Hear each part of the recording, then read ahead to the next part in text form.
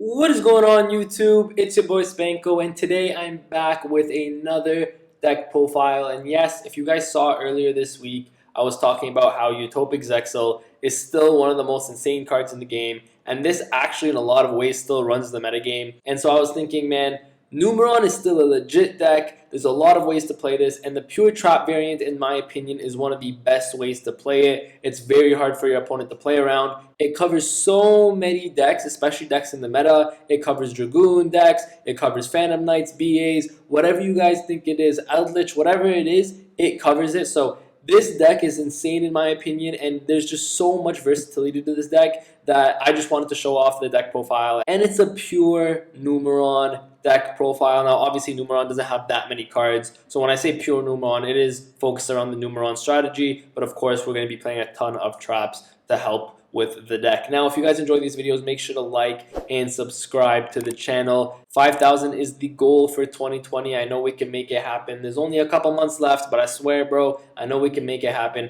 So make sure to like and subscribe if you guys are enjoying the videos, and make sure to hit that notification bell because I know some of you guys are not seeing my videos. So make sure to hit that notification bell so that every single time I upload, you can see what the next video is. Now, to get started off with the deck profile, we are playing some artifact monsters here, 2 Scythe as well as 1 Moral Attack. This is because we are playing the Sanctum, works really well with the Lilith package. Everything you guys are going to see is all just stuff that works really well together. So the artifact Scythe is mostly just here, of course, to stop your opponent from going to the extra deck. Moral Attack is really good. It's another option that if you're going second or your opponent doesn't really use the extra deck too much, Moral Attack is another good option for you. So that's why I wanted to play it. 3 artifacts, 3 Sanctums, so this way your Sanctums are never going to be dead. I know a lot of people like to play like 3 Sanctum with just 1 Scythe because they think, oh, it's like auto win. The thing is, this deck is kind of a little bit slow, so because I can't just OTK my opponent the next turn. Actually, what the funny thing is, you can OTK your opponent a lot of the time with these cards, but in general, because this deck just plays a little bit slower, outside of like if you get the network to go off,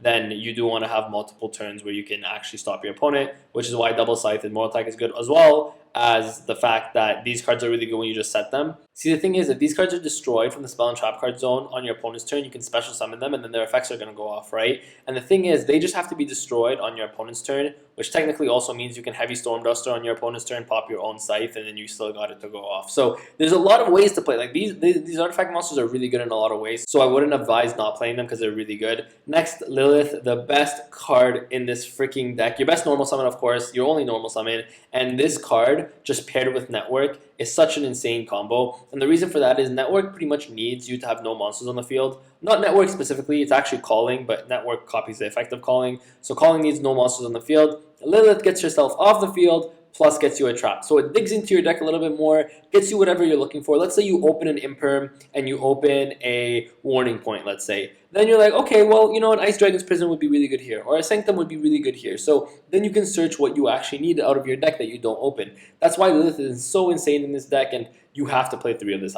You can't not play this. This card is insane. Next, you're playing triple Numeron Wall. We're not playing Terraforming because Numeron Wall is just better terraforming for Network, and so we have to play triple Numeron Wall. There's not much of explanation to this. Next is triple Extravagance. Not a lot of explanation to that either. When I get to the extra deck, it'll make more sense, but pretty much all these cards in the extra deck you can play at multiples, so Extravagance is still pretty good. Free draw power in this deck. Outside of Extrav, you don't really have a lot of draw power. You do have a decent amount of searching power with your Numeron Wall as well as your Lilith, but you don't have a lot of draw power, so Extravagance does that for you. Trap Trick is another card that searches cards out of your deck, but because this is the only draw card, I think it's still really relevant to play. Next, we're playing Double Calling as well as Triple Network. I think this is pretty self-explanatory. It's a Numeron deck, and this engine and this package is insane. And we're playing 1 Harpy's Feather Duster. This is the last spell card of the deck. I think it makes sense to play this because, as you guys know, and if you guys didn't know, Numeron can OTK really easily with these cards right over here. As soon as you summon them, each time they attack, they'll double attack. So they'll go 1,000, 2,000, 4,000, 8,000, right? So you can OTK really easily with this deck, and the deck's biggest weakness is back row. So I really wanted to play Harpy's Feather Duster just to get rid of your opponent's back row so that I can just go for a game really easily. Now, of course, if my opponent has Battle Fader, damn, they have Battle Fader, bro. I don't expect people to have Battle Fader, especially in this metagame. So the thing is, not a lot of people have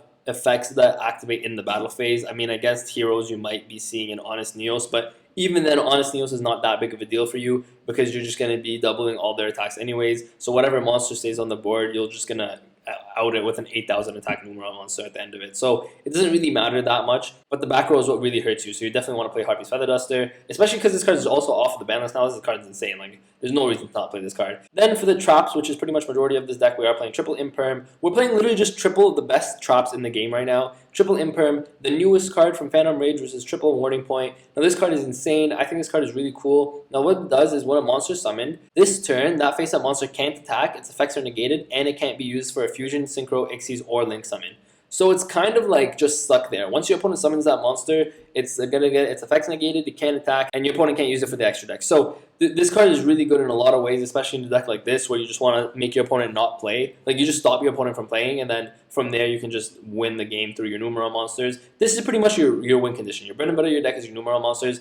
It kind of sucks because if for some reason you get rid of all your Numeron monsters, you're kind of in a really weird position because you won't really be doing a lot of damage. And that's why I think the artifacts actually come in as well. Because if for some reason you don't have any Numeron monsters and you can't really win that way, then, I mean, these guys are at least 2200 and 2100. So if you just stop your opponent from summoning monsters, at least you can maybe just beat them down. But the main bread and butter of the deck is the Numeron stuff, and Warning Point is just really good for that. Sanctum, again, like I already explained, it gets these out of your deck. This is also really cool because if it's popped by an opponent's card, then target one card on the field and destroy it. So it's actually another form of disruption outside of just the artifact stuff. It's another form of disruption. So I think Sanctum is really good. Ice Dragon's Prison, one of the most meta-relevant cards in the format today. This card is insane against Dino, against PK, against Orcus, against so many decks. This card is just a blowout against them. So I would definitely recommend playing this. Double Heavy Storm Duster as well as double Torrential. Now, Torrential, I'm going to have to explain.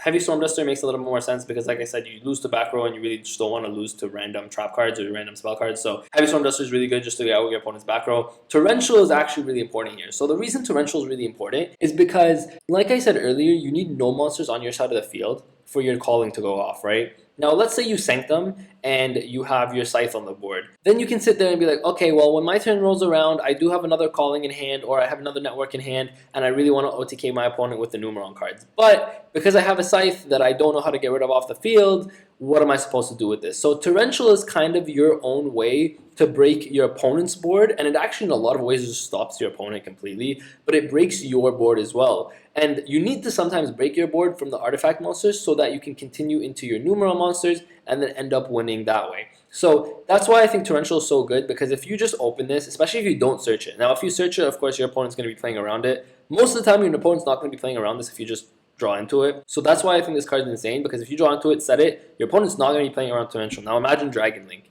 Now imagine PK. Those decks don't really have ways to stop a Torrential Tribute from going off. So let's say my PK opponent has a Bardiche, a Levier, is about to make Dragoon on the board or something like that, or about to make Verte, and then you Torrential them at that point. It's like, okay, well now they've used all their resources, you got rid of their board, and then essentially, even if they have like a Fogblade set, that's where this comes into play, that's where Heavy Storm Duster comes into play, so that's why these are still really good. But point is, you break your opponent's board, your opponent's pretty much going to have to pass their turn, and from there you can just win the game your own way. So that's why Torrential is really good. Compulse also kind of does the same thing, because what you can do is you can Compulse back your artifact monsters, and then you guys might be thinking, why do you want artifact monsters in your hand? Well, you can still set them, right? You don't have to have them, but the thing is, the more important part with Compulse is obviously it's disruption, because if your opponent summons something and you're like, okay, I need to Compulse this and I can go on from there, then Compulse is still really good defensively. But offensively, it's also really good, because if you have the Scythe, but you also have like a network in hand and you're like, okay, well, I can OTK my opponent, then you can just Compulse your own Scythe back and then continue to OTK.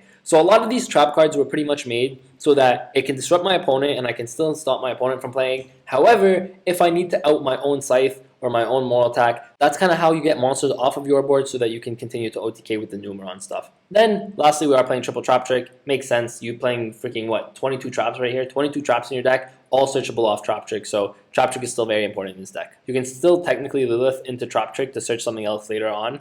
I don't see a lot of situations where you're going to be Lilithing into Trap Trick, but technically you can do that as well. So next off for the extra deck, we are playing double Pleiades. Now Pleiades acts as an offensive and a defensive card for you. It does the same thing kind of like Torrential as well as Compulse. If you needed to bounce your opponent's monsters, you can do that. But it can also bounce itself off the field. So this way you have your empty board again, which means your Numeron network is live, which means your Numeron monsters is live, which means you can OTK your opponent. So that's why all these cards kind of do the same thing, where it's like, hey, I can Torrential to break my opponent's board as well as break my board. I can Compulse to bounce an opponent's monster or bounce my monster. I can Pleiades to bounce an opponent's card or my cards, which is really important in a lot of ways. So that's why I wanted to play double Pleiades. Now my Numeron engine might be a little bit weird. I'm playing 2, 2, 3, and 3, and you guys might be wondering, why are you playing 3 of some of them and 2 of some of them? I know I'm not saying the names, but point is I'm playing 2 of 2 of them and 3 of 2 of them. And the reason I did this was basically because of Extrav. Now, if I could, I would be playing 3 of all of them. I just decided to make room for Pleiades instead, so I just cut 2 of them down to 2.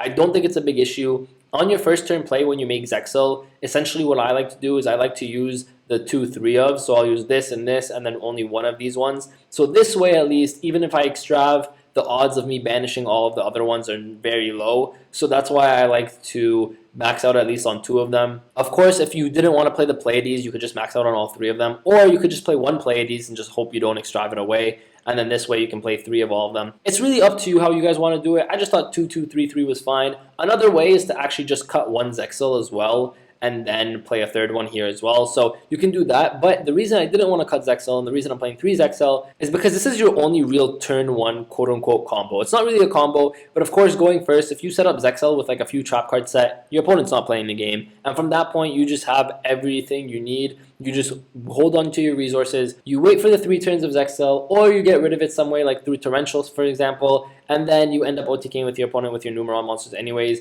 So I did want to play 3 of this because this is still one of your best turn 1 plays. Now, but if you did want to, you could cut this down to 2, play a third one of this, cut this down to 1, and play a third one of this, and this way you're playing 3 of each of them. I know the 2, 2, 3, 3 is kind of weird, don't get me wrong, but I mean, this is just how it's been working. I haven't gotten to the point where I banished all of them off of Extravagance yet, so I feel pretty confident with that. I still think these ratios are perfectly fine. But if you were really worried about banishing these ones, then yes, cut Pleiades to 1, cut Zexal to 2, and then this way you can play 3 and 3, and it doesn't matter. But point is, this is all you need in your extra deck, and turn 1, you're going to be making Zexal to stop your opponent. Turns 2, turns 3, you're going to be summoning these to OTK your opponent. That's really what the deck does. Now, this is not a full-on side deck, obviously. I just wanted to show you guys what a side deck could look like, and it's going to be like kind of weird. And the reason I say that is because the extra deck was pretty much designed to go second, right? I want to be able to go second because I know my opponent's not going to let me go first and make Zexal and set up like 4 or 5 traps. So they don't want me to go first. They're going to force me to go second game 2. And so all of these cards here are for going second. Now, if my opponent's playing a back row heavy deck, side in triple Cyclone, I obviously keep the Duster in, and then I start to side out some of my traps, right? I side in some hand traps as well, and I side in the Gamma Seals. Gamma Seals are insanely good in this deck because if your opponent puts up just 1 negate on the board and you Gamma Seal that 1 negate, you can just use the Gamma Seal to attack into with the Numeron monsters and end up OTKing your opponent that way. So that's why Gamma Seal is just really good. I didn't want to play Nibiru because sometimes you make the Nibiru token a little bit too big, and then once your Nibiru token's a little bit too big, you're kind of in a bad spot. Also, when you use Nibiru, you're putting a monster on your side of the field, which I know you have ways to out that monster, but why would you want to be using extra cards, right? So that's why I just thought the Kaijus were really good, just a triple Gamma Seal. Now, if you wanted to, though, technically you could play Nibiru, compulse your own Nibiru back, and then once you compulse your Nibiru, you're like, all right, now I have another Nibiru in hand for next turn. So Nibiru was another option if you guys wanted to play Nibiru. I just wanted to show you guys what a side deck would look like. The most important cards really are the Kaijus as well as the Cyclones, and then I just put in hand traps because if I'm going second, I might as well just side out trap cards, put in hand traps. My opponent can't really play too much, or they make a really subpar board, and then I just ODK them, right? So this is kind of what a side deck would look like, and I just thought this deck was insane. Now, if you guys want to see dual replays, I can do that. So let me know in the comment section down below if you guys want to see dual replays. I want to show you how legit this deck is. I feel like a lot of people have slept on it. A lot of people don't want to play Pluto Numeron.